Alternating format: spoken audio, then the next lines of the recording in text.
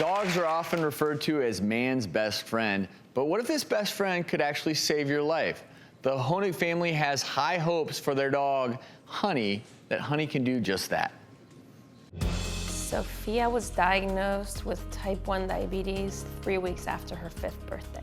Sophia is now 9 years old and soon to be 10. Diabetes are a 24/7 disease. So we're constantly monitoring her sugar, carbs, dealing with her highs, her lows. One day everything will be perfect, the next day everything will be out of whack. My blood sugar is 120 and I'm going down. There's 2 different devices that Sophia wears all the time. One is an insulin pump and the other one is a continuous glucose monitor. It's not a perfect science. We are constantly chasing a number, trying to keep her in her range. The biggest fear are nighttime lows when Sophia's sleeping. She can go into cardiac arrest and die very quickly if she goes too low. We're constantly living with that fear all the time. We had heard about diabetic alert dogs and how they are able to predict a blood sugar change 15 minutes before a device can. And that's when we decided we would hire Carleigh.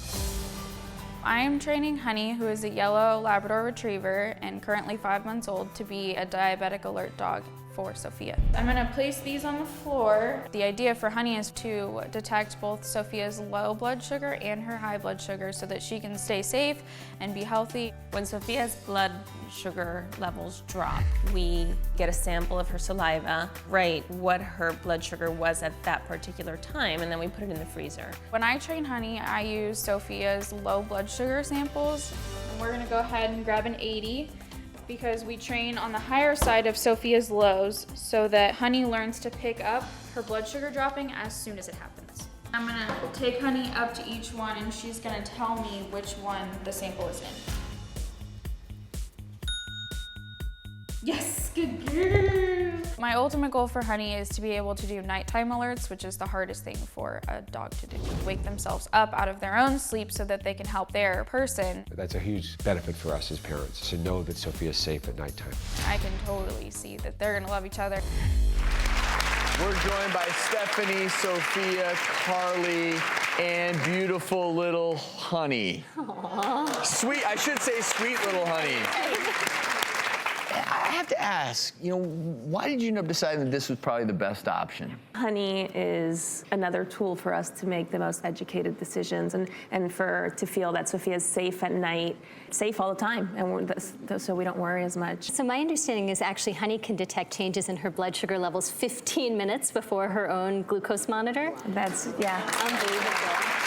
And Carleigh, it must be amazing for you to work with these dogs who are so intuitive and such a strong sense. So it has to be so rewarding for you. Oh, incredibly. The #1 question that I always get asked is, how do you give these dogs up? How do you give them to someone else after you spent 2 years of your life with them?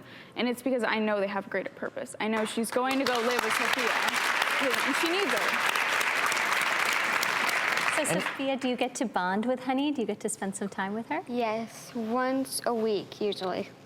And is it true that Honey will end up learning 80-some commands? Yes.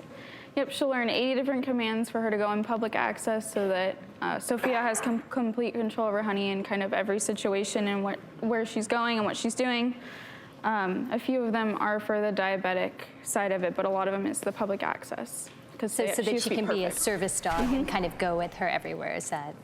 Got it. I just think this, look, I applaud you. I think this is not only, in many ways, it's such a progressive use of an amazing animal, but how cool to have a loyal companion who's also in many ways the best medical aid you could ever ask for. And I mean, we have all this new technology, but there's a reason why dogs are man's best friend. Honey, thank you for coming on the show.